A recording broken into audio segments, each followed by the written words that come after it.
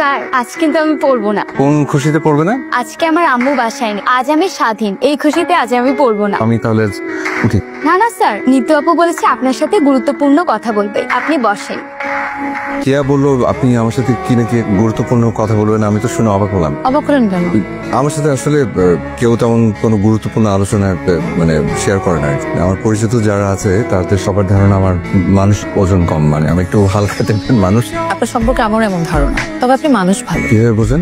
গত 6 মাস আমি আপনাকে পর্যবেক্ষণ করেছি। আপনি কোথায় ফেসবুকে কি পোস্ট করছেন আমি সব লক্ষ্য করছি। কার পোস্টে কি রেট দিয়েছেন, কি কমেন্ট করেছেন আমি সব দেখেছি। যদিও আপনি মানুষের পোস্টে খুব বেশি তো কমেন্ট করেন না।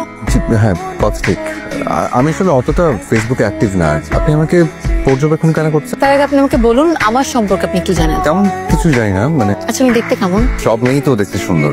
আমি দুনিয়ার সব মেয়ের কথা জিজ্ঞেস করি নাই, আমি জিজ্ঞেস করেছি আমি দেখতে কেমন। আপনি দেখতে সুন্দর। কবিদের মতো উপমা দিয়ে বলতে হবে। আপনি দেখতে ইলিশ মাছের মতো সুন্দর। ইলিশ মাছের মতো?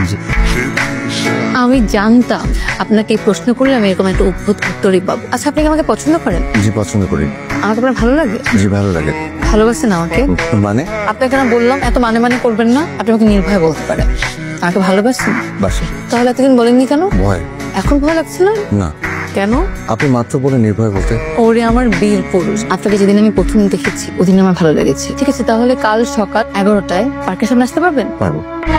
খালু ডাকতেছে, খালু উঠেন তাড়াতাড়ি। কি বলিস, হিটলার আজকে অফিসে নেই? না, খালুর শরীরটা নাকি ভালো না, দেখে বাসায় আছে। বাবা তুমি ঘুম থেকে উঠে দাঁত ব্রাশ করেছো, মুখ ধুয়েছো? না, দেখে সাথে উঠে চলে আসছে। অপরাধটা মুখ দিয়ে বাজারে যাও, দেখে শুনে বাজার করবে, মাছ যেন পচা না হয়। ঠিক আছে। আপনি কোথায়? আমরা সকাল 11টার সময় পার্কে আসার কথা। মানে আমি আসলে একটু বাজার করতে গিয়েছিলাম, বাজারটা পৌঁছে দিয়ে আমি আসছি। ও আমি তো পৌঁছে গেছি।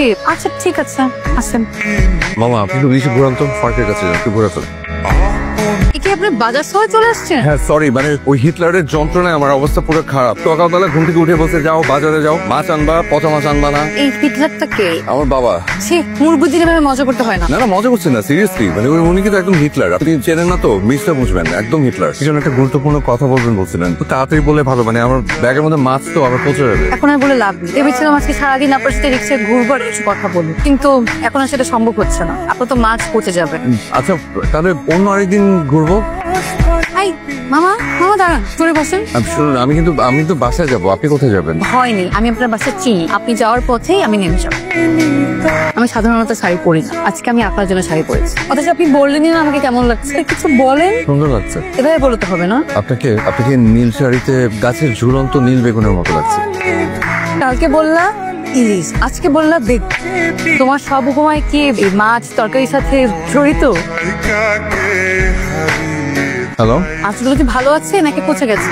জানি না। আপনি এখন কোথায়? কেন মিস করছো? জানো আজকে না আমার মনটা অনেক ভালো। জিজ্ঞেস করো কেন? কেন? কারণ আজ আমার জন্মদিন। বাবা মা মারা যাওয়ার পর গত 10 বছর আমি আমার জন্মদিন পালন করি। সারাদিন রুমে বসে থাকতাম, এই প্রথম আমি আমার রুম থেকে বের হয়ে তোমার সাথে পড়ে দিই কাটাবো বলে।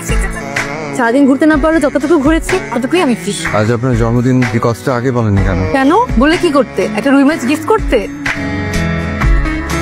কিন্তু দেখে টাকা কাঁদছো কেন? আমার এক জন্মদিনে আমার বাবা আমাদের নিয়ে ঘুরতে বের হয়। ফেরার পথে আমাদের গাড়িটা অ্যাক্সিডেন্ট করে, আমার মা ওখানেই মারা যায়। আমার বাবা হাসপাতালে 7 দিন মৃত্যুর সাথে যুদ্ধ করে তারপর মারা যায়। বাবা মারা যাওয়ার আগে আমার হাত ধরে বলেছিল, আমি তোর আজকে জন্মদিনটা নষ্ট করে ফেললাম, দেখবি তোর জীবনে এমন একজন আসুক যে প্রত্যেকটা জন্মদিন অনেক আদর করে ভালোবেসে পালন করবে। আমার মনে হচ্ছে আমার বাবার দোয়া কবুল হয়েছে।